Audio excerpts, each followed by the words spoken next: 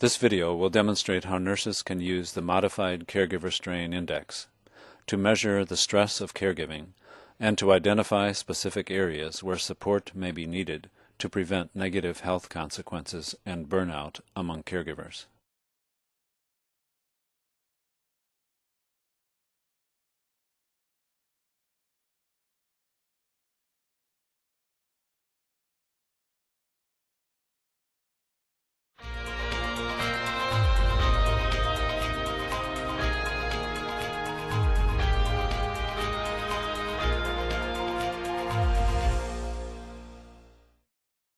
It's nice to have everyone here this morning. I'm happy to have Dr. Jones, and if it's all right, we'll call you by your first name, JB, and Robert Hines, and Allison Wilkins from New River Community College, and I'm Lisa Oniga. And we're going to have sort of an informal discussion today, and we're going to go over the Modified Caregiver Strain Index. But before we do that, I thought we'd get a little background about Dr. Jones, JB, and myself. I've worked with JB and his wife for about 3 years now. I met JB whenever his wife was on the assisted living unit here at Warm Hearth, and I was asked to see Jane because she had pretty severe depression, and so I was doing some counseling and looking at her case in general, talking with her, trying to help with her depression. Tell us about Jane's health condition and how she's become sicker, and also, if you would, tell us about the caregiving role. If you would, first of all, tell us about her health condition. Right. Jane has enjoyed wonderful health all her life, very active, and the first serious problem occurred about 18 years ago, and for 15 years she suffered from depression. It was rather serious, but it didn't keep her from functioning. She kept doing her volunteer work, she kept doing her art, kept doing her weaving. And then about 4 years ago, the depression became appreciably worse over a short period of time.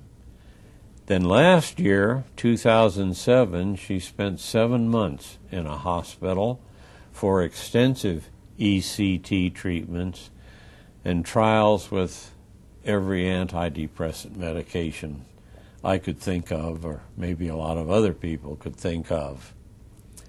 During that time in the hospital, she did lose the ability to walk, and dementia began. She had shown some signs of dementia and memory loss before, but they became serious during the 7 months that she was in a hospital last year. She's now unable to handle many activities of daily living. So she's in a nursing home, has been here for the past 5 months. When she first went into an assisted living facility, I was visiting her 2 or more times a day, and my physician unloaded on me. He emphasized that I was doing harm to her, to myself, and to the nursing staff, so I backed off and visited less frequently. So my role as caregiver, I guess, has been in 2 phases. First, while she was at home, and I handled that alone for a while, but a little over 3 years ago, we had to bring in some professional caregivers. First, about 10 hours a week to give me some respite, and then we moved it on up to 20, 25 hours a week. My caregiver role now, of course, is quite different because I live at home with the dog. I come to see Jane each day, and I find the caregiving quite stressful simply because Jane is such a different person. Her personality is quite different from what it used to be. As one example, for 65 years I have known her, she never used a word of profanity. But now it's hell this and damn it all over and over again. Also, she's always been a kind, friendly person, and now she is simply not kind to some of the nurses, some of the staff. Is there anything else you wanted to say about how you've coped with this or how this has influenced you? No, I guess I can say that I have not coped with it as well as I should. I've not suffered physical damage, but fatigue is the main thing. I have been tired for years now. The fatigue has been just absolutely almost unbearable at times. Now, I have gone with 2 support groups of caregivers. In the past, I thought I would never do that. I'm just not the kind to tell people what my troubles are. But I have found these caregiver groups to be quite helpful. So we'll go over the Modified Caregiver Strain Index, and I'll ask you each item. So the first question is, or the first item is, my sleep is disturbed. Would you say that your sleep is disturbed? No, never, yes, sometimes, or yes, on a regular basis? I would say that it's sometimes disturbed. When Jane's depression became serious 4 years ago, I began to have trouble sleeping. And then last year, when the dementia started, I had serious trouble sleeping. I did have a sleep test and was found to have sleep apnea, so I sleep with a CPAP machine. I found that when I was not exercising while I was living in the hotel last year, my sleep was disturbed much of the time. But when I came back home, I started my exercising again. I go to the pool once or twice a week and the gym 3 or 4 times a week. And since I restarted the exercise, my sleep has become much better. But occasionally I'll awake in the night and I don't go back to sleep because I'm worrying about Jane. I'm feeling sorry for her. Okay. Caregiving is inconvenient. Not at all, sometimes, or routinely. I would say sometimes. Because I do have to change my schedule sometime to see Jane, and there are quite a number of things that need to be done in dealing with physicians, insurance companies, and nurses, and so forth. So at times that's inconvenient. Okay. Caregiving is a physical strain. I would say practically none. Okay. So you don't feel that it's a physical strain for you? No. Now, you're not considering fatigue as being physical, are you? Well, I guess the question is, would you consider that to be a physical strain? Would you consider the fatigue to be a physical concern for you? Well, I guess I would, because there are times when it almost keeps me from doing what I want to do. So would you change that to sometimes then? Yes. Okay.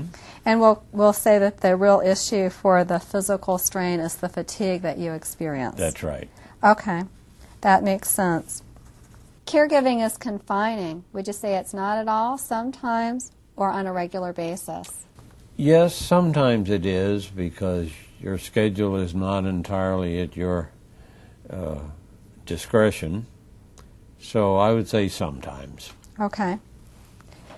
There have been family adjustments. For example, has caregiving disrupted your routine, or have you had a lack of privacy? Well, caregiving has certainly interrupted my routine, but as far as family adjustments, I don't think we've had any. There have been changes in personal plans. Not at all, sometimes, or on a routine basis. Sometimes.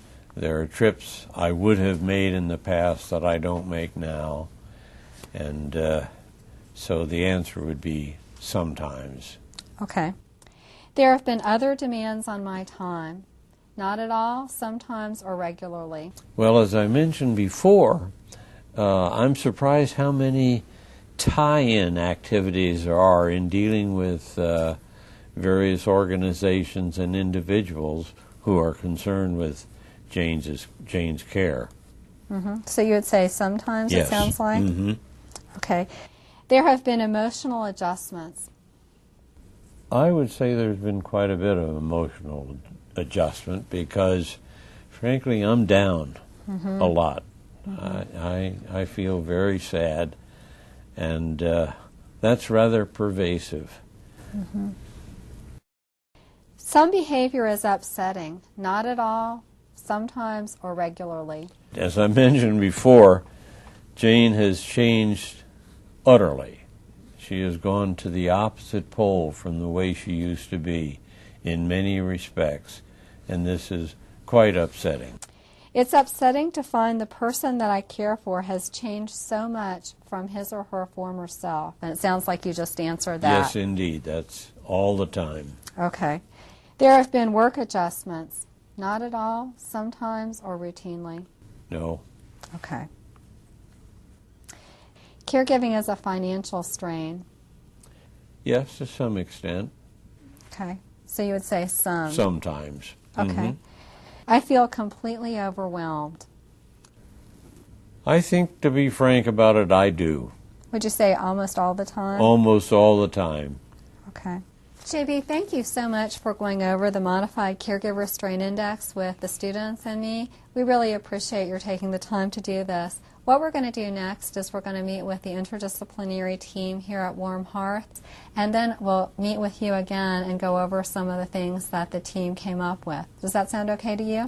That sounds fine. Now that we've finished the assessment, let's talk about what we just did, all right?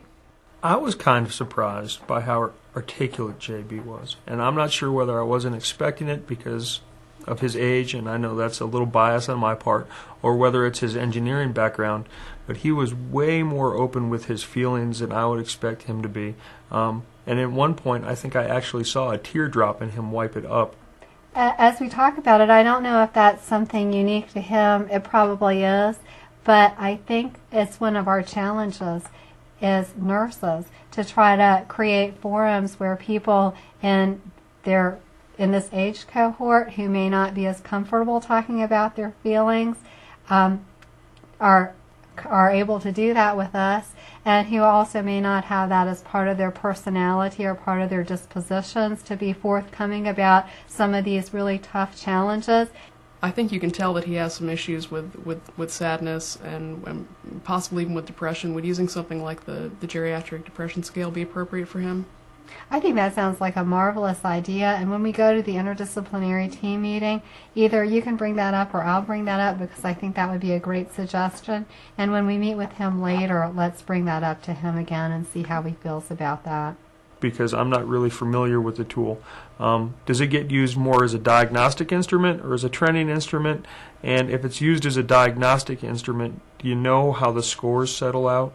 You're really not diagnosing the person's strain. You're basically identifying if they have significant strain or if they don't. And so in this case, we identified that he did have significant strain, and you score based on 0, no strain, up to 26. Anything above a 13, you're going to say would be a moderate to significant strain, and anything below a 13 is going to be a fair amount of strain, but it's not severe. It's moderate to mild. So you're going to kind of just use your clinical judgment and gradation. Now, we talked a little bit about sleep. Did you guys have any thoughts that you wanted to bring out about what we might want to bring forward with the team meeting? He seemed to have not just sleep issues, but fatigue issues. I was wondering if there were some tools we could use to further assess those specifically. I'd like some more data on what his issues are. That's an excellent idea, Robert. I think what we might do is we may suggest to him and also to the team meeting that we use the Pittsburgh Sleep Quality Index. And I don't have one of those with me today, but we'll see about following up with him at another point in time and getting further information. I think that's an excellent point. So we'll get further information on his sleep, which may also be influencing the fatigue, and go from there.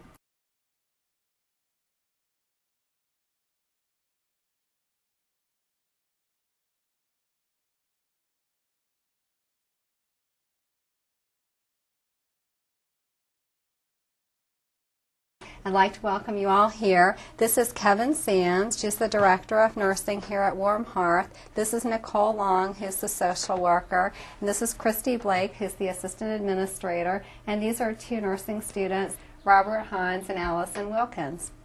And we're here to discuss a caregiver that you all are familiar with, J.B. Jones, Dr. Jones. Today we did the Modified Caregiver Strain Index with him, and he scored a 15 on that. And the areas that he showed the most strain were he had problems with sleep, that he said he woke up in the middle of the night about once a week for 2 to 3 hours. He said that he had fatigue, which was extremely problematic for him, and he expressed a lot of difficulty with the emotional adjustments and watching his wife's health situation. And he said that he feels overwhelmed almost all of the time. So those were the things that I thought we would talk about today. And the first thing that we'll talk about is sleep, waking up in the middle of the night. And the first thing that's on his mind when he wakes up is he thinks about Jane, and he feels just distraught. If he's waking up and Jane's the first thing on his mind, is he can call the building 24 hours a day. Oh. And maybe it would ease his mind to call the nurse's station and to find out she's resting peacefully and she's had a good night so far. And if he hears that, hears a word of encouragement from our nursing staff, it may help him continue to rest for the rest of the night. Oh, I think that's a great idea, don't you? One of the things that we discussed that we're going to do is we are going to do the Pittsburgh Sleep Quality Index with him to get a better understanding of his, to assess his sleep. But I think that specific strategy is marvelous. I'm so excited about that. Any other ideas? We'll definitely mention that to him. I think that's going to make him feel a lot, give him another strategy. Okay, the other thing that he said he was concerned about is fatigue. It's been an ongoing issue with him for a number of months, and it's improved significantly since he started exercising more, but it's really pretty overwhelming. I think it's a combination of physical stuff and emotional, and it's really hard to ferret out which is which. Certainly all of the exhaustion of being a caregiver is associated with it, and then the emotional dynamics and emotional turmoil that he's going through. And so it's hard to know which is which. When he came back from Baltimore, when she was in the hospital there, we worked on a lot of the physiological things. He had some weight issues. He wanted to lose a little bit of weight, which he succeeded at. He started his exercise program. He's worked on the sleep. And so I think a lot of the physical things we've worked on fairly well. And so I think we've done the best that we can do on those for now. So where I see us trying to attack that problem to the best of our ability is really the coping and the emotional part. The support groups, I think, have been important to him, for him to connect with other family members. He's connected with our family council group here that meets on a monthly basis, and one of the targets of their meeting over the last couple of months has been dementia education, and that's been very helpful to him. I think it eases his mind that what she's experiencing is normal for dementia. Like Kevin said, encouraging him to stay home a little bit more and take care of himself, making sure he's going to the doctor, meeting with Lisa, having quality time with his family, and allowing us to take care of her physically has been helpful for him. In the beginning, as Christy said, he came every day. He came multiple times a day. He wanted to micromanage the care that we provided, and this go round, he's allowed us to take the lead in that, and I think that's taken a bit of stress off of him. We not only do the medication administration and the hands-on care and nursing, but we also try to help the caregivers with the experiences that they have when they come in to visit. Sometimes it's not easy when a resident has a behavior and you see the frustration with the resident as well as the caregiver and try to help both. It can be quite difficult, and staff has been working very well with that. You all have become sort of a surrogate family in a way to him, and so the connections that he has and the relationships that you all have built up with him and continue to as you all talk to him and really explore how he feels it's really important. I think making sure that those or strong, open relationships, and continue to do that is important. He's mentioned to me that going to his car when he's leaving the visits can be so difficult for him sometimes. He tells me that when he walks out from leaving, he says he feels all right for the most part, but then when he hits the bridge of the door, just like from the front of the lobby to the bridge of the door to get into his car, he almost feels like he's going to burst into tears. And so I'm thinking that somebody escorting him from that lobby area to the car part in a nurturing way, like with their arm around him, not every day, because I don't think he wants to be have that happen every day. But I think just every now and then, kind of special, if he's had a particularly hard day, might really help with that so that he doesn't feel quite so despondent. So I think we've covered everything that we needed to cover. The only other thing I forgot to mention is we did say that we're going to follow up with a geriatric depression scale and just see how he's doing with potential depression. Okay, well, thank you all so much. I really appreciate the great input. It's amazing how a lot of ideas together make a big difference with coming up with solutions. Thank you. So we had just a few recommendations that we thought we'd share with you. Is that all right? Fine. The first thing that we discussed is your sleep. You would wake up in the middle of the night for about 2 or 3 hours sometimes, and it would be difficult to get back to sleep. Mm-hmm. And I believe what you said is that when you would wake up, the first thing on your mind would be Jane, and you would be pretty concerned about her. So I thought Nicole had a fantastic idea. She said, and this might not work for you, but we'll throw it out there. She said that Warm Hearth is open 24/7, so it might be comforting to call out here and just touch base with them and see how Jane was doing, and see if she was sleeping okay, and then that might put your mind a little bit at rest to know that she was, if she was having a good night, then you could go back to sleep and maybe not feel, you'd still have your concerns about all of the overarching issues, but at least you would know she was having an okay night and she was being taken care of. What do you think? Yeah, that sounds like a good suggestion to me. Naturally, I'm a little bit reluctant, to call in the middle of the night, but then I think it over. They're working. They're it's up. the middle of their shift. That's what they do. I think that's a good suggestion. I may try that sometime. One of the other things that came up, and I think you've done a fantastic job with this, and I think the staff has done a great job, is you've got a wonderful relationship with them, and so continuing to talk with the staff when you come by and drop by and visit Nicole like you do, the social worker, and touch base with them whenever you have any special issues, I think is something that you should continue doing. It's basically not changing anything, it's just continuing to make sure that you keep up the great relationship that you have with them.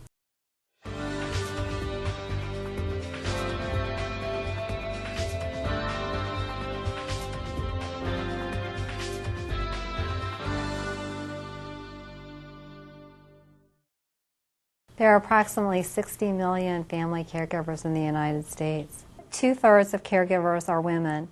Of all the caregivers, approximately 1/3 of caregivers work outside of the home for pay, in addition to having caregiving responsibilities in the home. About 53%, or more than half of all caregivers, have no additional help except themselves to do all caregiving responsibilities.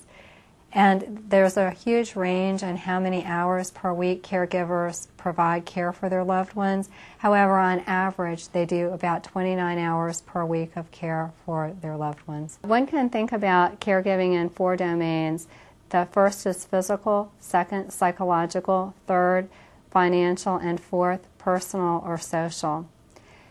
And when thinking about caregiving, it's helpful to divide it up in terms of burden or stress. And burden or stress happen on a daily basis, and those are the hassles that one experiences routinely. Those can build up over time and become strain.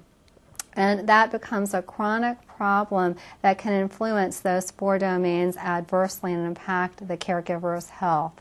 Unfortunately, what happens is all of a sudden they're thrown into a situation that they typically had no warning that was going to happen. Their loved one develops a health problem.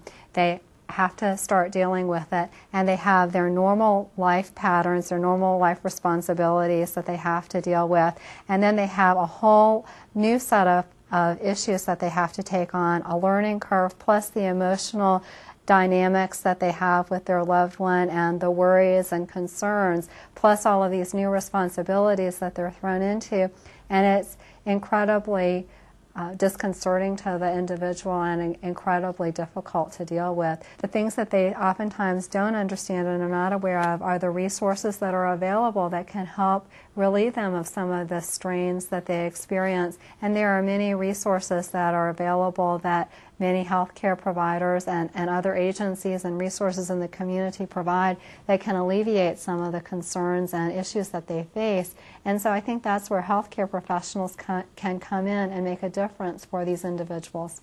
Nurses and healthcare professionals try to do their best job, I think, in understanding and identifying caregiver strain. It's difficult for them because typically their major focus is the patient that they're providing care for, and so oftentimes the caregiver is ancillary to them.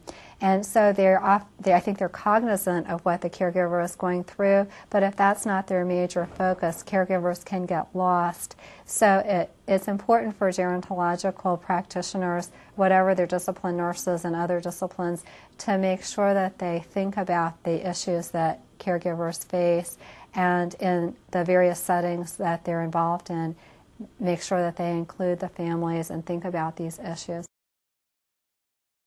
The Modified Caregiver Strain Index is a very flexible instrument in that you can use it in a variety of ways in clinical situations. It's a self-rated instrument, meaning that you give the instrument to the caregiver and have them do it and then bring it back to you, the healthcare provider, and go over the instrument, score it, and then go over the results with them. Typically what you would do is ask them to do it in the privacy of their own home and ask them to make sure they had plenty of time to think about the responses and so forth. However, you could do it in an interview situation as well, where you're going to have a relationship with the person and you really want to explore each of the items with the individual, and you want to make sure that they're thinking about them in the way that in a really thoughtful manner, so you want to probe the different items with them. And that's generally the way I like to do my practice, and it works well for me, and so I will do it that way, and then I'll score it, and then I'll go over the responses with them. Either way works fine, and I think it just depends on the setting that you're in and your own personal style. It's always difficult finding time to use any instrument and do anything doesn't have to be done immediately, because there's so much pressure with regard to time and service delivery. So I think it means having this as a priority and believing that caregivers and helping them with the strain that they experience is something that really matters to the healthcare professional.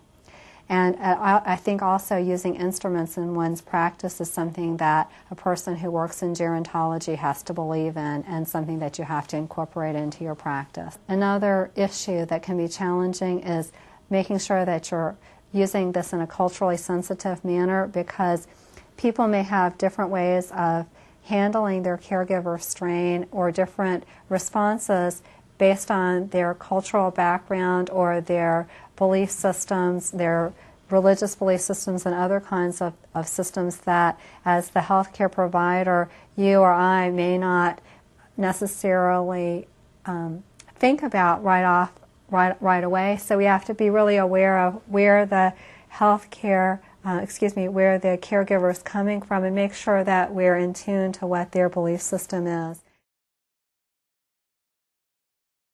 For viewers who are interested in caregiver strain and learning more about caregiver resources, I'd recommend looking at the companion article to this video in the American Journal of Nursing, and I'd also recommend the Hartford Institute at New York University website.